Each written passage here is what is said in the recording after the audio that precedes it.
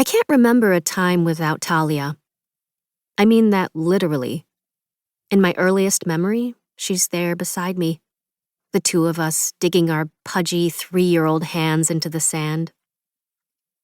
We were each other's favorite friends in daycare.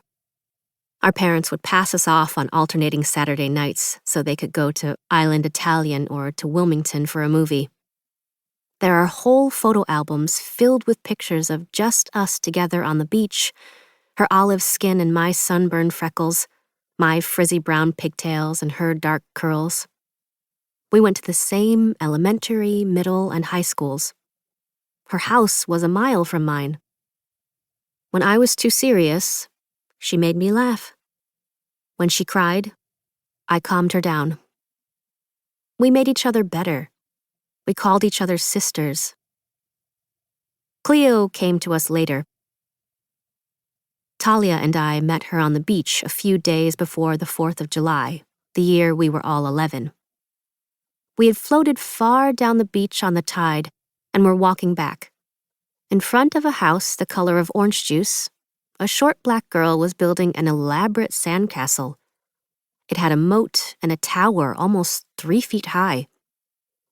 The girl was walking around the edge, placing shells at even intervals on the moat's wall. Sand covered every inch of her. She had been at it for some time. As Talia and I drew closer to her, we slowed.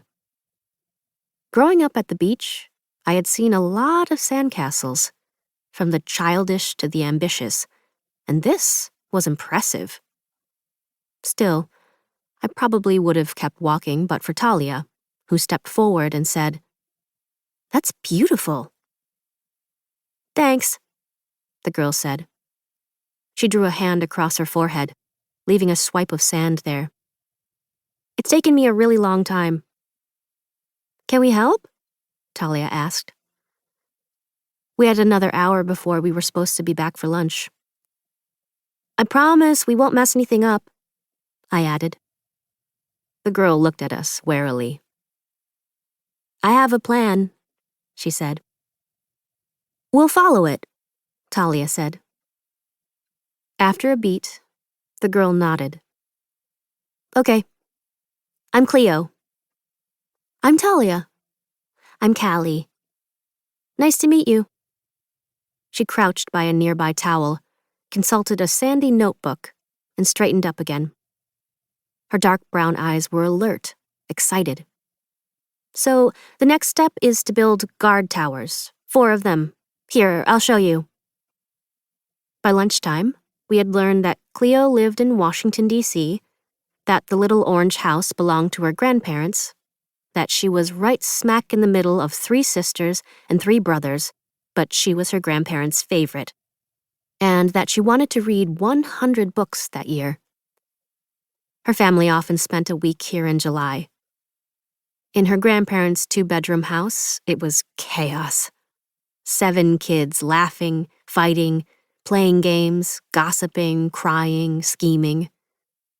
Some of her siblings thought the beach was too boring, too hot, or both. But Cleo loved it. She loved the mint chip at the ice cream shop and the colors of the sunset and playing in the sand. Most of all, she liked being in the ocean, the briny scent of it and the endless white noise. And she liked that when she was floating, she couldn't babysit or be babied. She was just herself, a small creature in a big blue sea. After the last summer, when her grandfather had told her she could stay longer if she wanted to, she had spent the year begging her parents, who finally acquiesced. She was here for the whole month. And she was already planning her campaign to spend the entire summer at Little Beach. A campaign that would be successful the next year, and the next, and the next.